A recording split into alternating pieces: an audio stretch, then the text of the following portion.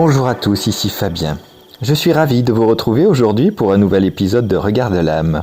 Et si vous m'écoutez en ce moment, installez-vous confortablement, prenez une grande inspiration, déposez ce que vous êtes en train de faire si vous le pouvez, offrez-vous ces quelques minutes hors du temps, parce que le sujet dont nous allons parler aujourd'hui touche au cœur même de notre architecture intérieure, à ce qui fait notre humanité la plus profonde. Voyez-vous, j'ai 34 ans. Je fais partie de cette micro-génération charnière, cette dernière génération, qui a grandi sans Internet au quotidien. J'ai connu le monde d'avant, celui où, pour voir ses amis, il fallait pédaler jusqu'à leur maison, sonner à la porte sans savoir s'ils étaient là, et accepter le vide, l'attente, l'ennui.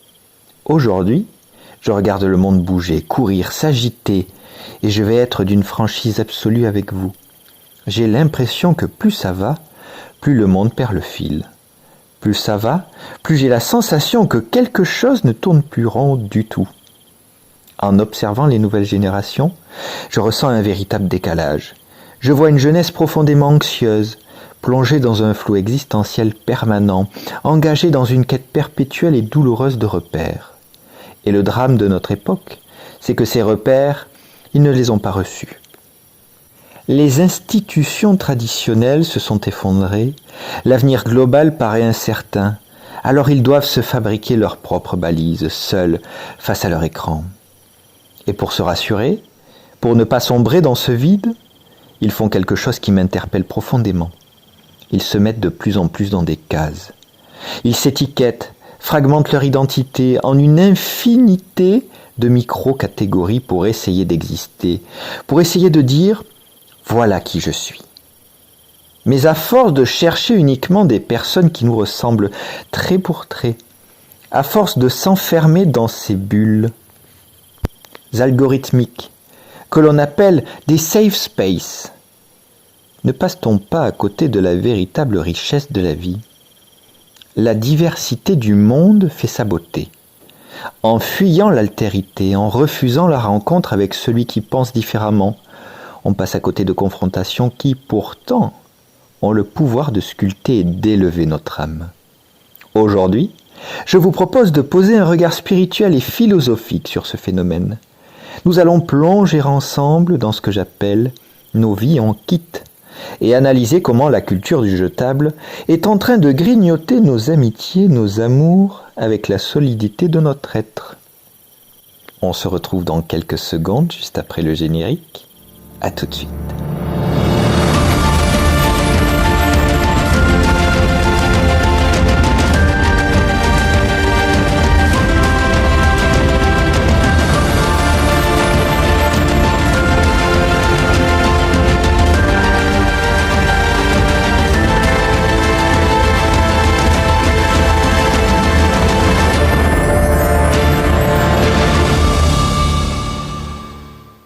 Et commençons le développement par ce que j'appelle la première partie, et je l'ai nommé l'ego anxieux face à la tyrannie des cases.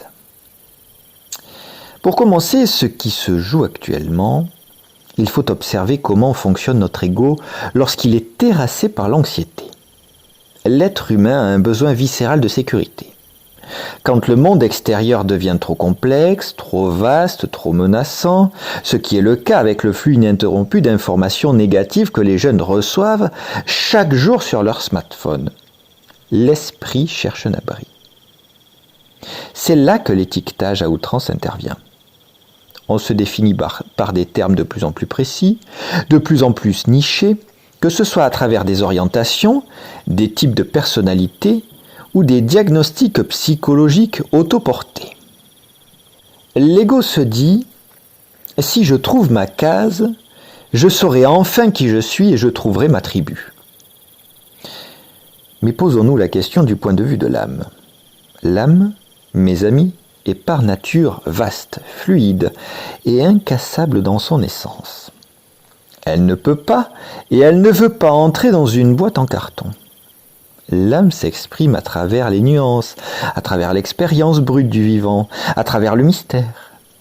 Lorsque nous nous enfermons volontairement dans des cases rigides, nous limitons notre propre expansion. Pire encore, cette quête de repères fabriqués de toutes pièces pousse à la création de barrières invisibles. On assiste à une perte de ce qu'on appelait autrefois la sendipité. Cette magie de faire des rencontres fortuites, inattendues, avec des êtres radicalement différents de nous. Avant Internet, on devenait ami avec son voisin de classe ou de palier. Il avait peut-être des opinions politiques opposées, un style de vie totalement différent, mais on apprenait à l'aimer. On apprenait à négocier les désaccords. On faisait l'effort de la relation. Aujourd'hui, l'écran permet de trier les humains comme on trie des produits sur un site de e-commerce. Si un profil ne coche pas 100% de nos critères moraux, politiques ou esthétiques, hop, on l'exclut. On recherche le clone pour se rassurer. Mais le clone ne nous fait pas grandir. C'est le frottement avec l'autre, avec la différence, qui polit les aspérités de notre ego et qui permet à notre âme de s'éveiller à la véritable compassion. Continuons avec le syndrome du meuble Ikea ou l'amitié en carton. Cette manière de trier et de consommer les relations m'évoque immédiatement une métaphore matérielle qui parle à tout le monde. Le meuble Ikea. Le meuble en carton, en aggloméré, vous savez.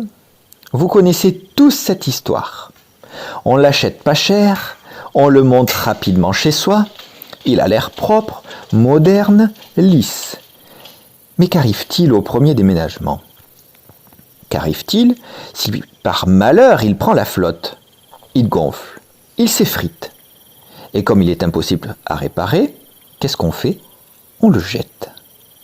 On le met sur le trottoir et on va en acheter une autre, identique, pour quelques dizaines d'euros. C'est d'une tristesse affligeante. Et le drame absolu, c'est que nous avons transposé cette obsolescence programmée sur le plan des relations humaines. Nous sommes entrés dans l'ère de l'amitié en kit. Aujourd'hui, avec les réseaux sociaux, l'amitié est devenue continue mais superficielle. On s'envoie des mèmes sur Instagram, on entretient des flammes sur Snapchat, on valide la vie sociale au nombre de vues sur ses stories.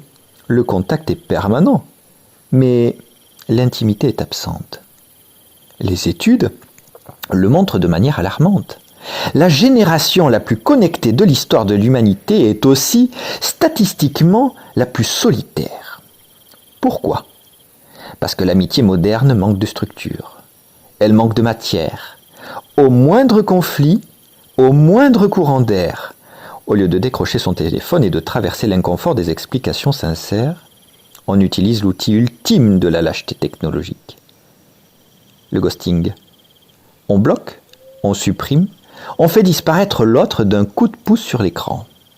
Le ghosting est l'équivalent relationnel du meuble Ikea que l'on jette à la poubelle. On refuse de réparer parce que la réparation demande un effort psychologique que notre société ne veut plus fournir. Discuter, s'excuser, écouter la souffrance de l'autre, admettre ses propres torts, tout cela demande du courage et du temps. Or, les algorithmes nous ont habitués à l'instantanéité et à la facilité. On préfère jeter la relation abîmée et retourner sur le marché virtuel des connexions en ligne, persuadés qu'il y a un stock infini d'humains de rechange et qui nous attendent dans le catalogue. Mais l'âme humaine souffre terriblement de ce traitement. Celui qui est ghosté se retrouve sans clôture, sans explication, condamné à l'autoblâme et à la paranoïa. Et celui qui ghoste s'enfonce dans l'illusion, utilisant parfois un vocabulaire pseudo-thérapeutique pour se déculpabiliser, se disant qu'il protège son énergie ou qu'il s'éloigne d'une relation toxique, alors qu'il fuit simplement sa propre immaturité. À force de traiter les autres comme des objets jetables, on finit par se vider de sa propre substance. Analysons maintenant le grand écart existentiel et la crise du sens. Ce fonctionnement produit un paradoxe d'une violence inouïe chez les plus jeunes. Nous faisons face à une génération qui est sans doute la plus consciente et la plus sensible aux enjeux écologiques. Ils pleurent pour la planète, ils souffrent d'éco-anxiété, ils s'inquiètent de l'épuisement des ressources de la Terre. Et pourtant, Parallèlement, c'est la génération qui consomme le plus de fast fashion, qui achète des vêtements jetables sur des applications ultra rapides, et qui applique cette même logique de consommation frénétique à ses relations humaines. C'est un grand écart psychologique permanent, une dissonance cognitive qui génère un vide existentiel abyssal. Comment peut-on espérer sauver le monde extérieur quand, à l'intérieur de nous, nous validons la culture du déchet ? Lorsque vous intégrez l'idée que tout est remplaçable, vos vêtements, votre téléphone, vos amis, vos partenaires d'un soir, votre structure psychique finit par intégrer une croyance terrible, l'idée que l'avenir lui-même est jetable. À quoi bon s'engager dans un projet à long terme ? À quoi bon construire un couple durable, une amitié solide, une carrière qui a du sens, si tout est voué à être balayé au premier accroc ? C'est ici que réside la racine de la dépression moderne. Ce n'est pas un problème chimique, c'est une crise de l'âme. L'âme a besoin de s'ancrer dans les choses qui durent. Elle a besoin de contempler le temps qui passe des structures solides. Pensez à un meuble en bois massif, un vieux buffet de famille en chêne ou en noyer. Il est lourd, il est difficile à déménager, il y a des nœuds, des imperfections. Parfois le bois travaille, il grince selon la saison. Il a des rayures, des cicatrices qui racontent les histoires de ceux qui se sont attablés dessus. Mais ce meuble-là, il a traversé les générations. Il résiste aux tempêtes. L'amitié véritable, l'amour véritable, c'est ce bois massif. C'est une matière vivante qui demande de l'entretien, de la patience et du soin. Si on ne réapprend pas l'artisanat du lien, si on continue de préférer le carton lisse au bois noueux, nous continuons à flotter dans un monde sans âme. Alors voici l'exercice pratique du jour que j'ai nommé l'artisanat du lien. Comme vous le savez, sur Regard de l'âme, j'aime que nos réflexions ne restent pas suspendues dans le ciel des idées. Il faut faire descendre tout ceci dans la matière. Le spirituel doit s'incarner dans le réel, sinon on est perché. Alors ancrons-nous. C'est pourquoi je vous propose aujourd'hui notre exercice pratique, une action concrète à mener dans votre quotidien pour rééduquer votre être à la durabilité et dire non à la culture du jetable. Aujourd'hui, je vous demande de choisir en conscience l'une de ces deux options. Je vous mets le minuteur dans le descriptif pour revenir sur l'exercice. L'option 1, c'est la matière. Trouvez chez vous un objet, un vêtement ou un petit meuble qui est abîmé, décousu ou fatigué. Un objet que vous auriez eu le réflexe d'abandonner ou de remplacer. Prenez 20 ou 30 minutes de votre temps. Sortez du fil, posez votre téléphone, prenez du fil et une aiguille. Ou un peu de cire et un chiffon. Réparez cet objet de vos mains. Sentez la texture de la matière. Offrez-lui votre attention dans l'instant présent, sans son, sans musique, sans télé, dans le silence, avec l'objet et vous-même. En réparant cet objet, vous rappelez à votre cerveau que ce qui est blessé a encore de la valeur. L'option numéro 2, c'est l'humain. Pensez à une personne dans votre vie avec qui le fil est en train de se rompre doucement ou avec qui vous avez un non-dit, une tension non résolue suite à un désaccord. Ne lui envoyez pas un SMS impersonnel. Ne lui envoyez pas une vidéo pour meubler le silence. Décrochez votre téléphone, appelez-la. Ou mieux, proposez-lui de vous voir en vrai, autour d'un café. Regardez-la dans les yeux. Acceptez l'inconfort des premières minutes. Osez dire « Notre lien compte pour moi et je veux qu'on prenne le temps de le réparer ». Choisissez l'artisanat du lien plutôt que la facilité de l'effacement. C'est aussi simple que ça. C'est valorisant pour l'autre personne et c'est tout autant valorisant pour vous-même. Vous verrez, vous vous sentirez mieux après. Et maintenant, voici la parenthèse poétique du jour, que j'ai nommée « Les nœuds du bois ». Pour conclure notre cheminement d'aujourd'hui, Je vous invite à fermer les yeux, si votre situation le permet. Laissez les mots résonner dans le silence de votre espace intérieur. Voici la parenthèse poétique du jour. Nous avons troqué la forêt pour des catalogues de carton, et nos amours fragiles s'effritent à la première saison. Au moindre orage, à la première pluie sur nos façades fines, on jette, on bloque, on oublie, et le grand vide se dessine. On se cache dans des cases, sous des étiquettes de papier, croyant trouver l'asile dans des mondes fragmentés. Mais l'âme, elle, se souvient du parfum du bois massif. Elle sait que le temps est un sculpteur patient et attentif. Une vie qui a du sens a des nœuds, des fêlures, des disputes qui cicatrisent devant de belles dorures. La beauté d'un visage n'est pas dans l'écran lissé. Elle est dans les rides de ceux qui ont osé s'aimer. Ne soyons plus des êtres en kit, interchangeables et pressés. Redevenons des arbres ancrés, fiers d'avoir traversé les hivers, les frottements et l'inconfort des vérités. Car rien n'est plus grand au fond que ce que l'on a protégé. Mes amis, le monde ne changera pas parce que les algorithmes s'améliorent, mais parce que nous décidons de remettre de la profondeur dans nos gestes les plus simples.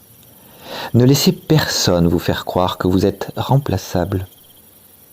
Prenez soin de la matière, prenez soin de vos proches et surtout, prenez bien soin de votre boussole et de votre lumière intérieure. C'était Fabien. Je vous invite à aimer, partager, commenter ou encore vous abonner. Je prends plaisir à vous lire, je prends plaisir à vous répondre. Bienvenue à celles et ceux qui me rejoignent et qui nous rejoignent sur Regard de l'âme. Et vous, êtes-vous prêt à changer ? C'était Fabien.